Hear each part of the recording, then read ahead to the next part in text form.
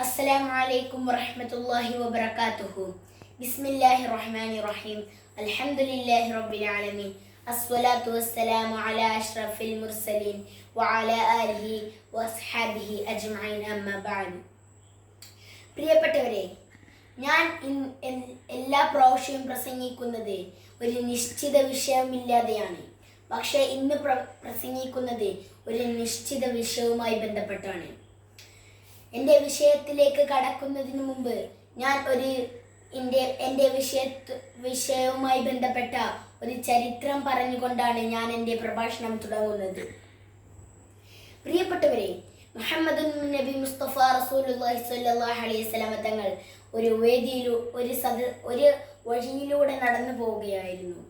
അപ്പോൾ രണ്ട് സദസ്സുകൾ കണ്ടു. അതിൽ ഒന്നാമത്തേത് ദിക്റിന്റെയും സ്വലാത്തിന്റെയും സദസ്സായിരുന്നു. പക്ഷേ രണ്ടാമത്തേത് അറിവിന്റെ സദസ്സായിരുന്നു.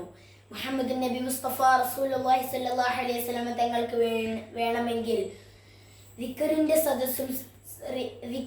സ്വലാത്തിന്റെയും സദസ്സ് തിരഞ്ഞെടുക്കാമായിരുന്നു. പക്ഷേ ഇങ്ങനെയൊരു സന്ദർഭത്തിൽ മുഹമ്മദ് നബി മുസ്തഫ റസൂലുള്ളാഹി സ്വല്ലല്ലാഹു അലൈഹി വസല്ലം തങ്ങൾ തിരഞ്ഞെടുത്തത് അറിവിന്റെ സദസ്സായിരുന്നു. പ്രിയപ്പെട്ടവരെ, ഇതിൽ നിന്ന് തന്നെ മനസ്സിലാക്കാം, നബിയും പ്രവാചകന്മാരും എല്ലാ പ്രവാചകന്മാരും അവരുടെ അനുയായികളും അറിവിലൂടെയാണ് മറ്റുള്ളവരെ ഇസ്ലാം സ്വീകരിച്ചിരുന്നത്. ഞാൻ ഇന്ന് ഒരു ചെറിയ കാര്യം മുമ്പ് പറഞ്ഞ ഒരു ചെറിയ പോയിന്റ് തന്നെയാണ്. അത് ഒന്നുകൂടി ഉണർത്തുന്നു. Life is not a text, life is a context. കഴിഞ്ഞ പ്രഭാഷണത്തിൽ ഉണ്ടായിരുന്നെങ്കിലും ഞാൻ ഇത് ഒന്നുകൂടി ഉണർത്തുകയാണ്. ലൈഫ് ഒരിക്കലും ടെക്സ്റ്റ് ബുക്കല്ല.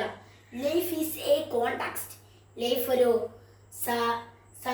സന്ദർഭങ്ങളുടെ ഒരു ഉള്ളിലേക്കാണ് നമ്മൾ പോകുന്നത്.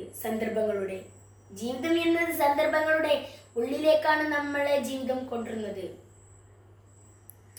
അറിവ് എന്നത് ഒരാൾക്കും അറിവില്ലാതെ ജനിക്കാൻ പോലും കഴിയില്ല. ഞാൻ മുൻകഴിഞ്ഞ ഒരു പ്രഭാഷണത്തിൽ പറഞ്ഞ ഒരു പോയിന്റാണ് പറയാൻ പോകുന്നത്. ജനിക്കുമ്പോൾ പോലും അറിവ് ലഭിച്ചുകൊണ്ടാണ് ജനിക്കുന്നത്. ഒരു കുഞ്ഞ് കരയണമെങ്കിൽ ആ കുഞ്ഞിനെ അങ്ങനെ കരയണമെന്ന ചിന്ത വേണ്ടേ? അല്ലാതെ വെറുതെ അങ്ങനെ അറിവില്ലാതെ കരയോ?